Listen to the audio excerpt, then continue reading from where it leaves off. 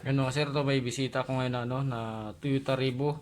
Yan, ang issue nito mga sir, yung RPM gauge niya, ayan tingnan niyo mga sir. Yun, nakabaliktad na siya. Dito na siya, pag pinaandar yung sasakyan, naangat na siya, papunta dito sa pabaliktad. Papunta sa 5. Tapos pag inop yung sasakyan, babalik ulit siya dito sa baba ng 6. Yan, pabaliktad na yung function niya. RPM gauge mga sir ang issue. Toyota Revo diesel engine. Yan, taga dito lang din si sir sa Cavite, sa Imus lang. Gawin natin to mga sir. Sakit ng Revo to eh, mga RPM gauge niya pabaliktad na yung function. Minsan naman parang nagwa-wiper. Yan. Gawin natin to.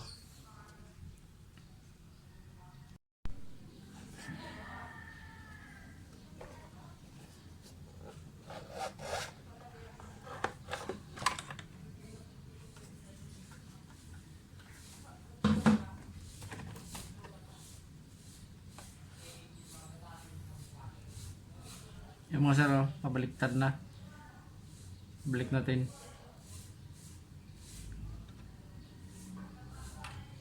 Yan.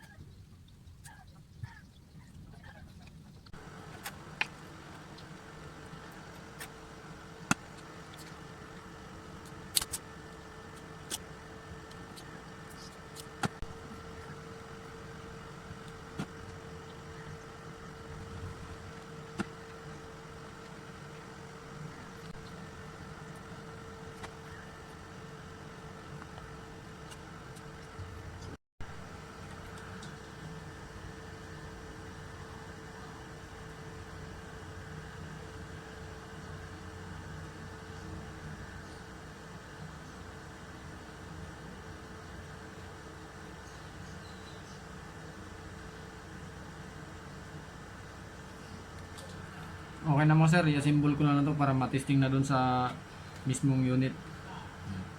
Sasalpak na natin doon.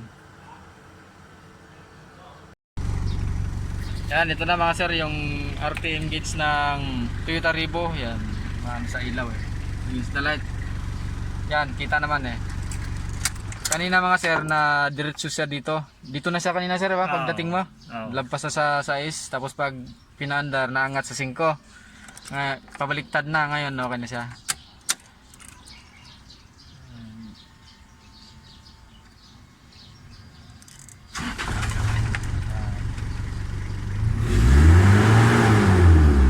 Okay na siya mga sir. RPM gauge mga sir ng Toyota Revo. Yan, sakit talaga ng Toyota Revo yan. Minsan ba nga sir, parang nagwa-wiper ng iba. Nagwa-wiper balik-balik. Oo. Habang nananakbo eh nasagad dito sa size, tapos babalik pa. 0 tapos size yung Minsan standby nga. Standby siya minsan sa sa 5. dito naka-permi sa 5. Yun lang mga sir, maraming salamat Toyota Revo mga sir na diesel engine. Ang issue niya yung RPM gauge, naka-permi na lang dito sa size, minsan dito daw sa 5. Lang, maraming salamat.